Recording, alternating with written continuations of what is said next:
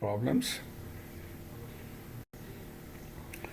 So this is example number 1.6 solved in the book. We will try to explain its working. We need to find the inductance L.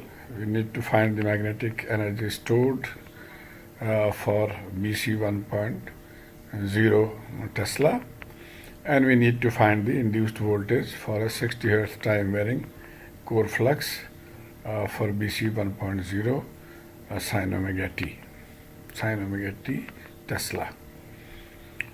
And we know that omega is 2 pi f, so it is 377. And the main questions is the same that was continuing from example 1.1. So these are the parameters that we have already found out, and some of the formulas have been given for your guideline. So let's find the first one. So let's find the first item, that is the inductance L, and we'll use this formula for the inductance, and we'll use these values given here, which is taken from example 1.1. So L is given by n square divided by RC plus RG from here, you can see, and we plug in the values of RC and RG from here, this value of RC and RG.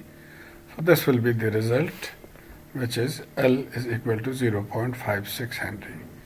Now we have learned earlier that we can, if the RC can be neglected because RG is very high comparatively. So you can see it is RG is 10 raised to the power 5, here RC is 10 raised to the power 3.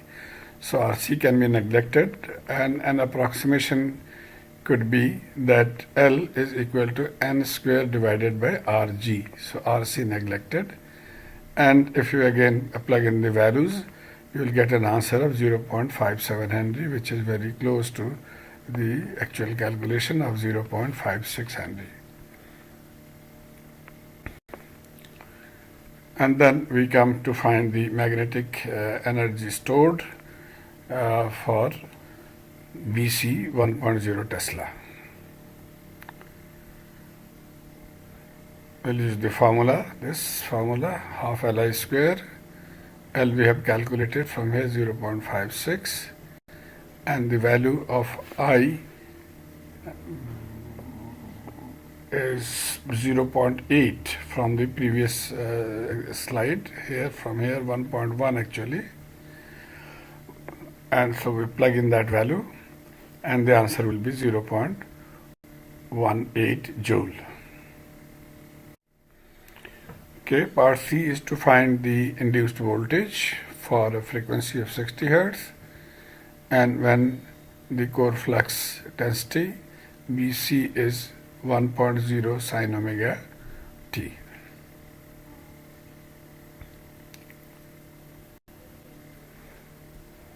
So E is d lambda dt, or we can write lambda is n phi, so it can be n d phi by dt, and then phi can be b times AC from here,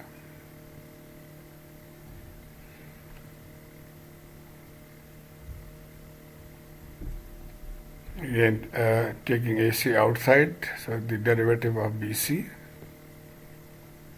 and BC was given 1.0 sin omega t, or 1.0 sin 377t, because omega is 2 pi 60, 2 pi frequency, 377. So if we now differentiate, n is 500, AC is this value given here, we have in the previous slide it is given, and then D of bit BC, and so by calculating you can find this value, 377 comes out, sine becomes cosine. So this is the final answer.